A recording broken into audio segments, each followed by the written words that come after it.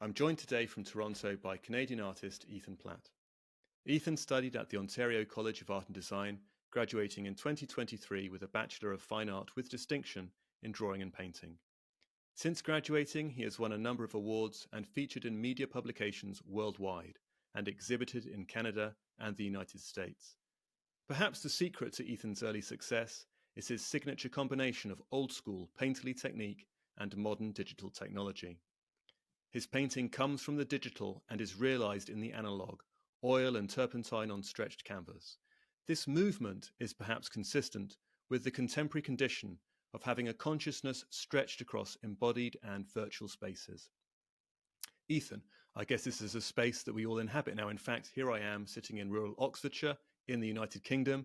Meanwhile, you are in urban Canada, and yet here we are sharing the same space online. It speaks so much about how I started this series too, us being in different places but talking. The whole series sort of started in COVID when everything was happening digitally.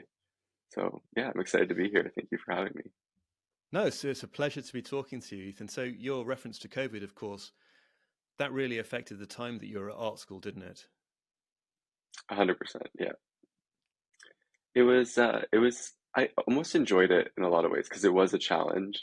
Um, but we didn't have as many like studio space obviously. So it was learning how to sort of have a home practice as an artist. And that's really where the series started because I didn't have models anymore. I didn't have access to models, people even. So I started as a figurative painter, um, trying to think of ways I could talk about that. And um, so that's how the digital models and all that came up because that's what I had available. So this series that you're referring to, is that the Render series of paintings? Exactly, yeah. Render series is sort of how it all started for me. And it was very directly talking about this idea of existing both digitally and physically and having people reflected in the digital sort of metallic people as well, having like two identities. More generally, we spend so much time on our phones, we're never really in the place that we're in. Is that something that you're trying to understand through your work? It really is like my sort of new body of work. I'm talking a lot more about my life and my experiences and trying to embellish them and sort of romanticize them and create these different worlds and these different visuals than you might expect that go with those stories. Um, and so it's really this idea of building a different world than it exists, I guess. So it's personal work. 100%, yeah, it is. It's become a lot more personal. It's not immediately obvious when you look at it that there is that connection with, from what you're saying now, things that have happened in your life. I don't know if it's like directly like it's not narrative in that sense. Like it's not um things that have happened to me so literally, but I think a lot of it is like it's almost a manifestation or like either things I want to have happen or things that have happened and again like embellishing them and making a composition around it. And sometimes it goes a completely different way when I start embellishing it and romanticizing it, but it's sort of it starts out with an idea of something that exists or has happened.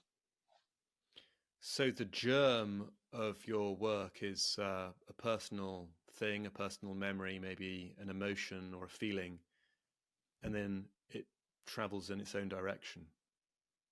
Yeah. I'd say like each work is different too. Every time I start the renderings, they sort of it's like playing like it's once I'm in the animation software and I'm choosing different camera angles and what if this arm was actually turned this way and what if this color was a different color and changing materials and atmospheres and um it really is like playing with a dollhouse like it in a sense but yeah. So um, for those of us, myself included, who have never used this software, literally where does it start? You open up your computer and you go into a 3D animation program or something like that, and then what happens? I have sort of like there's a bunch of pre-work that has to happen too. Like I have these like base models that I use. So I have sort of figures that have been sculpted digitally.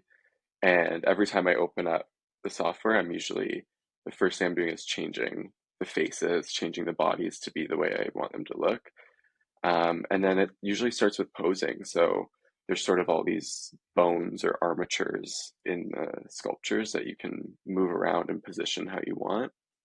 And then from there, I'm using like a node coder kind of type thing to make the materials and make it metallic or plastic or glass. And then lighting. It's a whole sort of, you have to think about the entire world around them to make them feel real and painted, Mm, like able to be able to paint them really. mm. But it sounds Uh, really technologically advanced, but I'm not a tech person. it does. It does sound really advanced, and it sounds like a sort of brand new thing. But at the same time, although I've got absolutely no experience of using the packages that you're using, I know from my knowledge of art history that what you're describing is actually quite like the way in which artists have always worked. A lot of artists had what were called lay figures knocking around the studios, which can be life-size dummies that would be positioned in the clothing that the person whose portrait, who'd commissioned a portrait from that artist would be wearing, so they could carry on working on the painting when the sitter wasn't there. Um, and even Thomas Gainsborough, I don't know if you've heard this before, but the great landscape painter, someone who's considered to be the father of plein air painting, used broccoli instead of trees so that he could carry Oh my on God. working indoors in his studio. It feels to me like you're working very much a kind of a modern reboot of that, but you do have a high level of control over what you're doing. Yeah. Yeah. And I like what you said, like the reality is like my practice is so rooted in this history of other painters and sort of when I was working on my thesis, that was really the point of what I was saying was that I wanted these digital figures to fit in with this sort of timeline of figurative painting, even though they don't like have flesh and these like different attributes that you would associate with real people that have been painted throughout history. They were sitting in the same poses that they were in similar compositions, um, trying to talk about that connection of yes, I'm painting something that's very contemporary and something that exists in very much in the modern world, but it's still related to what we've done historically for so Mm. long. So who are those figures that you're looking at? A lot of it was sort of I had sectioned it off into like I had a reclining nude, I had a bather, and then I wanted a scene of intimacy, and then I sort of went a little rogue and started talking about this idea of like a victory or a war painting as sort of this canon in figurative art. Um, but some of my favorites were like I love Van Dyke. So when I look at your work, I should be thinking of, how it fits within that canon. I should be looking at it thinking Van Dyck. I should be looking at it thinking of Ingres and Matisse and Manet and everyone that used a reclining nude or an odalisque or any, because they crop up over and over again, don't they? They do, yeah. It was sort of that was sort of the idea that like these figures have been developed over so long. You think back of like cave paintings and all these things, and it's sort of this idea of the human has evolved through time and how we depict it. And so I wanted these figures to evoke this like modern sense of technology and what that has done to the figure, Mm. um, and how we depict it. Yeah, that's really interesting. So you shared some images with me before this call of like the very early starting point of your work. There was one of them called Ophelia. Ophelia painting you're referring to, I think, is the one by Sir John Everett Millais from the middle of the 19th century, which is in Tate Britain. Am I right? That's right, yeah. And this is the painting of Ophelia in a body of water.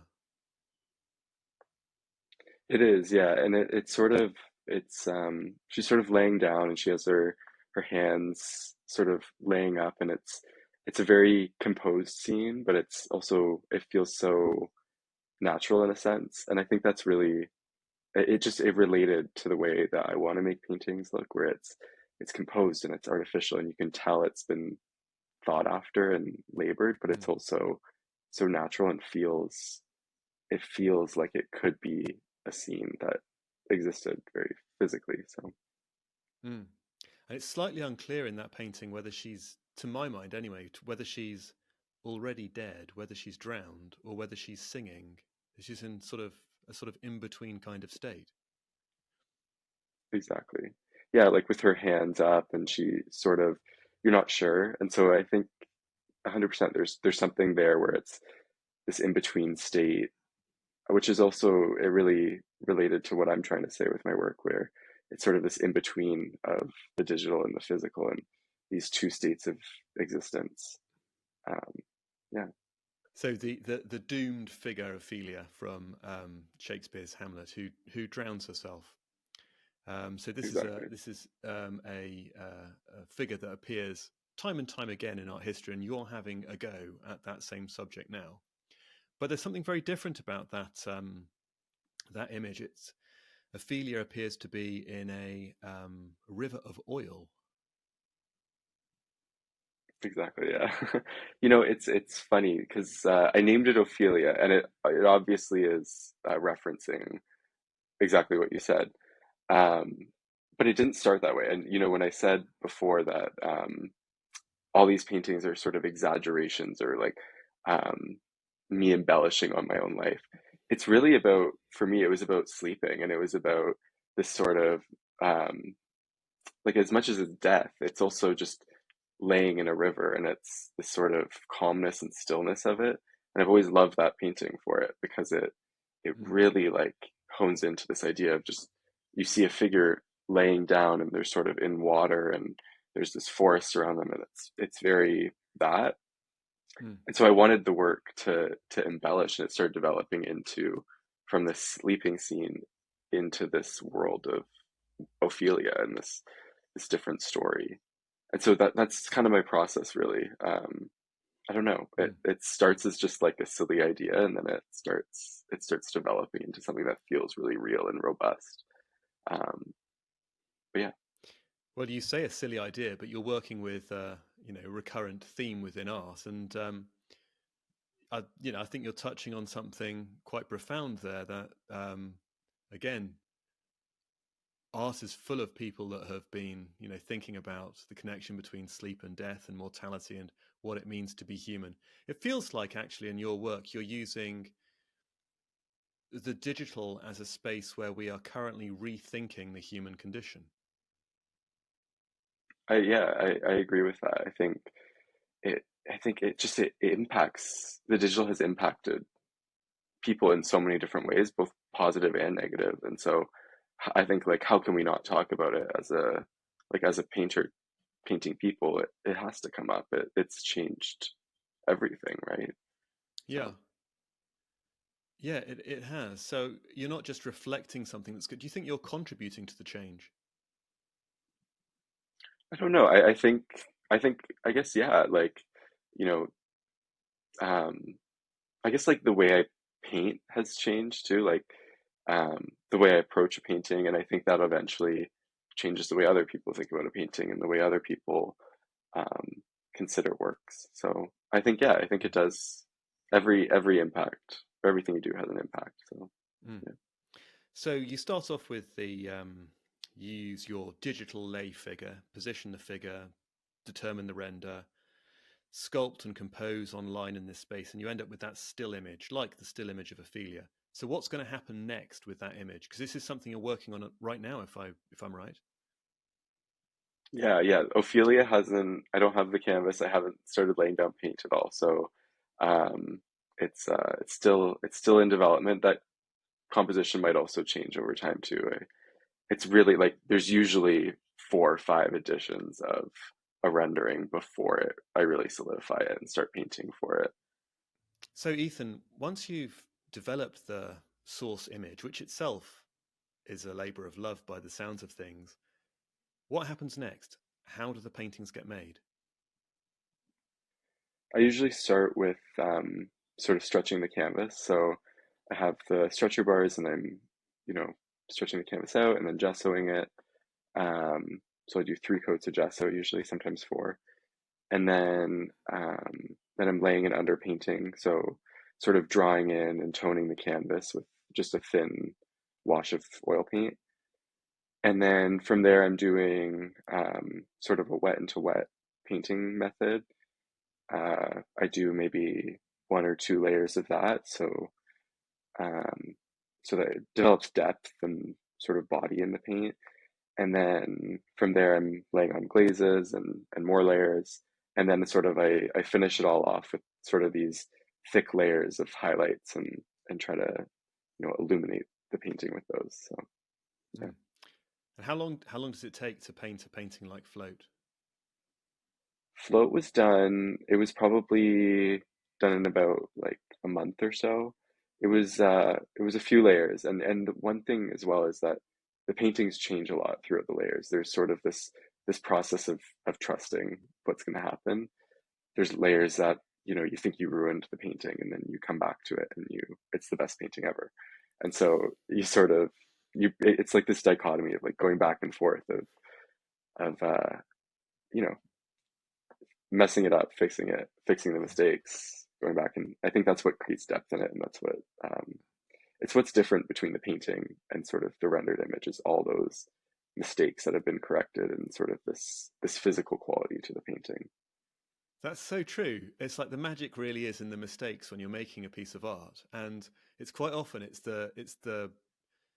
Have you had the experience where you've made something and you've thought, actually, that wasn't very good. I've got to walk away from it. This has been a disaster, and then you come back to it maybe 6 months later and go, wow, that's so fresh. 100%. Yes. I have. Yeah. Strange how that It's sometimes happens. it's sometimes the yeah, it's sometimes like the work that you feel the least inspired by, and you come back to it a few weeks later and you think, wow, there's something there that, you can work on and Yeah, figure out. So yeah. So you really, you're deeply wedded to the craft processes of oil painting. I can tell from how you talk, laying down a base color and that kind of. You're not rushing into it. There's a kind of craft in there that you must have acquired at art school. Not every art student picks this up, by the way. I mean, so it seems that your interest in art history is really built into how you approach the canvas now. Let's talk about a particular piece of work, something that we can use to understand your practice as a whole. Would Float be an appropriate work to pick? yeah, float is one of the newer ones that I was working on sort of after graduating. And it was sort of one of the first ones that really talked about what this new body of work is going to be talking about. Um, which it involves a lot of water and nature and sort of the environment a lot more, because I think it's such a sort of contrast to what you would think of when you think of, digital inspired paintings, this idea of a digitally simulated world as well as the figure. Um, yeah, I was really struck by that when I was looking through your portfolio, um, that the early render paintings, and there's another one which is a painting of like the Photoshop filter of a swirl. They seem to be in this. You're painting a digital image that's been made in a digital space, but then something happens in, I think, early 2023, and it feels like suddenly the environment shifted and we're in a kind of primal landscape. We're on a planet with a different sun. We're in a new environment, and there are these clouds in the background, and this is kind of like epic digital genesis that we're being shown, like we're at the starting scene of an amazing sci-fi film. The space has changed in your painting. So Float is one of the paintings which is in that space, isn't it? The figures seem to be coming out of the sea.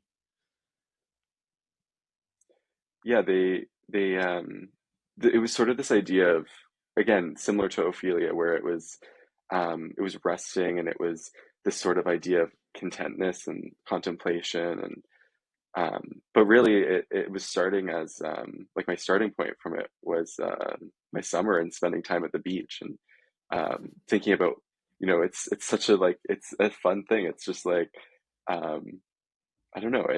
It's again like a silly little thing, a thing that we do as people, something that's so organic and natural and part of life, and trying to simulate that and trying to, how artificial, how far can I push it until it becomes this other thing. It's something completely different now. Um, Mm.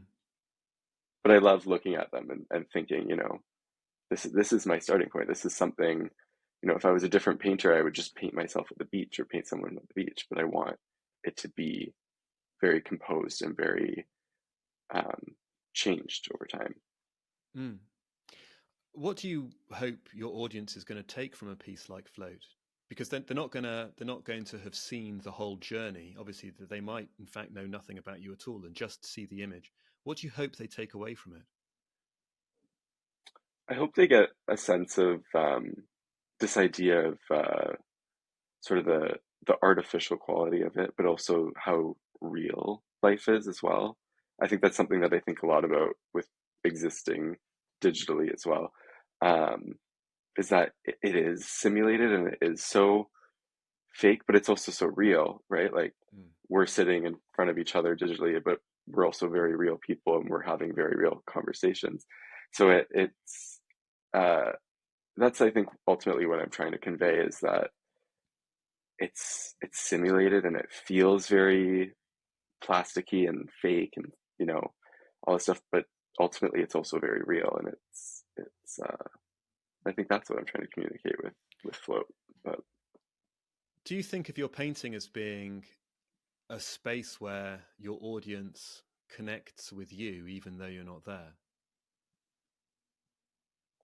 I think yes, I try to put as much as myself as I can into the paintings, and so I hope that some of that comes through. And I think the people that know me often, they understand what is current in my life and they understand why the paintings are coming out the way they're coming out, which I enjoy. But I also think at the same time it's so developed and changed over time that, you know, unless you really know me, not everyone understands the backstories to them, which I'm okay with. Mm. I think that's okay as well. Mm. So, Float began when you laid down the base layer of paint, and it's got a slightly textured surface. I've also seen you painting, and I can see that your paintings have got actually they're not completely flat. They've got a texture to them. They're kind of particularly the light, the spots, the dots of light, the spots in the sky have got a thickness to them, kind of slight impasto to it. That seems to me to be a very deliberate decision. It was sort of like a rebellion from the digital image, right? Like it's something so composed and flat and it's perfectly sort of it's an algorithm has figured it out and it's all scientific. But when you start painting that, it just so like, as a painter, you just want to destroy it and you just want to make something that has more feeling and it just yeah, like I can't help myself, I feel like when I'm painting those. Yeah. But yeah. So, Ethan, that's how Float works. But let's take a step back now and think about where your interest in art came from. I think my interest in art was really just focused on just like loving images and things that I was seeing around me. I didn't grow up going to museums or galleries or really seeing a lot of art, really. But I think I was just inspired by sort of nature and things around me and trying to recreate that. And so that was ultimately how I started with work. Was there anyone particularly artistic in your family? My great grandfather he was a wrestler first, but he sort of also painted. And his paintings actually, there's one of a tiger that sticks out quite often. And I've thought of doing a painting of a tiger in sort of this theme. But yeah, his work definitely impacted me as well. Did you say it was your great grandfather? It was, yeah. Yeah. Did you ever meet him?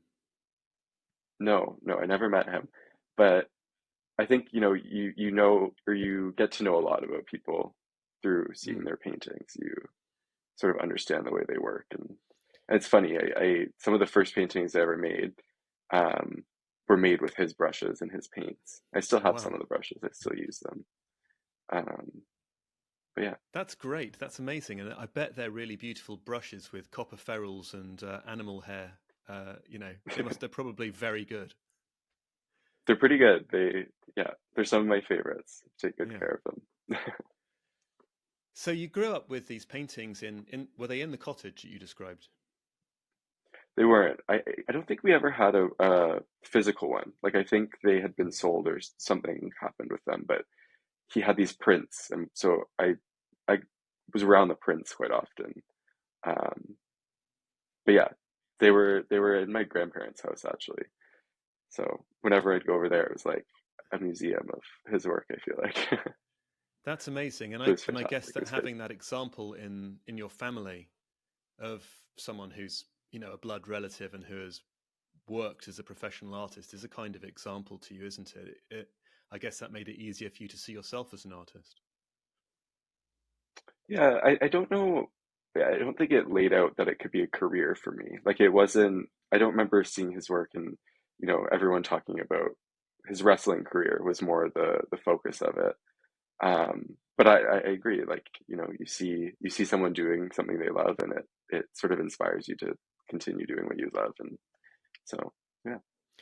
I can't help but see an analogy here, and I might be straining at things a little bit, but if he was a wrestler, he must have transformed his body through work, right? And that seems to me to be a kind of theme that I can see in your painting, which is the transformation of the human body through a different kind of work.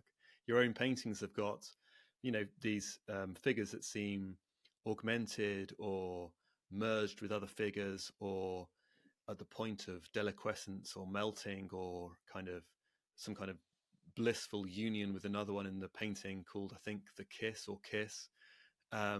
There's a lot of transformation and change in your work.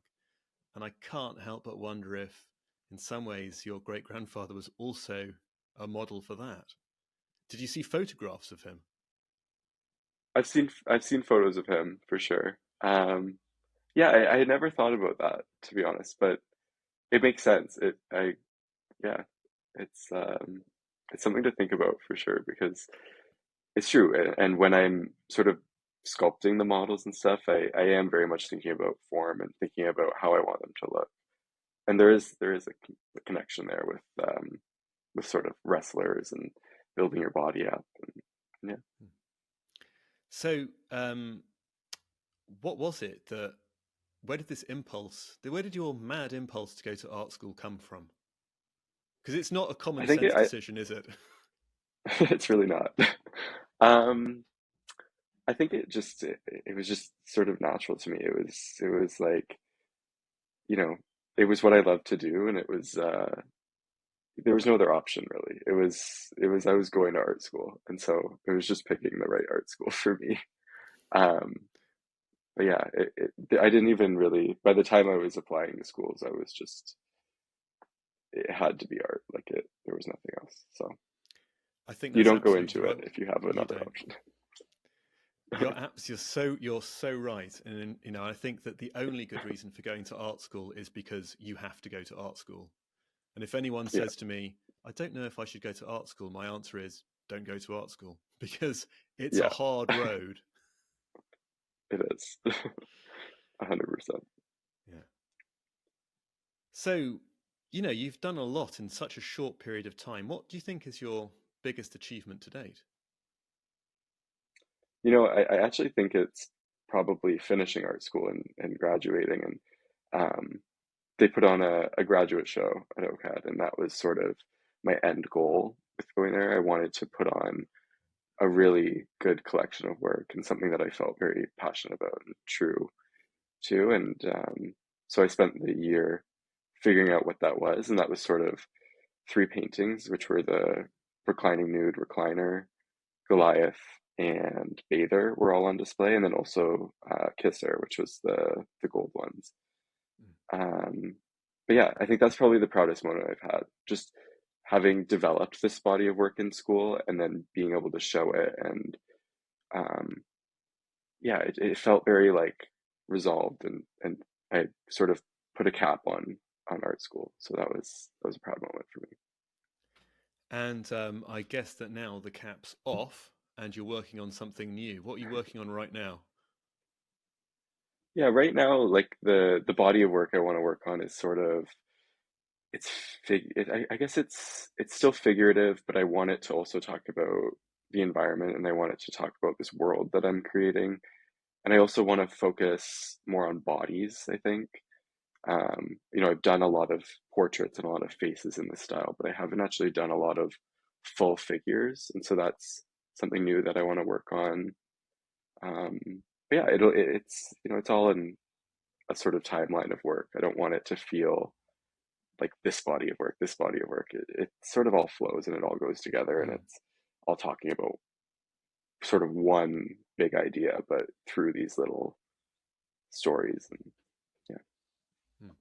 So is there somewhere we'll be able to see your work in the near future? Have you got a show coming up? I don't have anything planned right now. I'm sort of figuring out the body of work still, and so I really want to focus on sort of the production time, and then once I have it, I think I'm going to start thinking about showing it. But for now, it's just production. Yeah. And of course, people can see your work on Vieunite. You've got some wonderful work in the Vieunite Art Library. Why are you excited to be in the library? I think I mean, it's a new way of showing art, which is, I think, fantastic. And especially with this collection of paintings, it seems so connected, and it just makes sense to me that it would be on a screen as well as a physical painting because they start in a screen. Um, and so I think that's really a fantastic thing. And it's also, it opens up the work to new audiences, I think is fantastic. Um, and yeah. And if people did want to see more of your work or to, I don't know, send you a message or to buy your work, where can they go to do that? I'm on Instagram, which would be Ethan Platt _studio. I'm also on Imprimo, my website. Yeah, Well, we'll make sure we've got some links we can put up on the screen as you're talking. Ethan, thanks so much for joining me today. It's been a real pleasure talking to you, and I'm certainly going to be watching your work with great interest. For me, your work touches on actually some of my very favorite artists in the broader sense. It reminds me of David Cronenberg, the great Canadian filmmaker. It reminds me also of Jonathan Glazer's film Under the Skin. I don't know if you've seen that, but there's definitely something in your work. There's an aesthetic which seems to me to be so current and so vital, and saying something so perspicacious about the state of the world right now. I'm definitely going to stay tuned. Thanks very much for your time. thank you. Thank you for your time.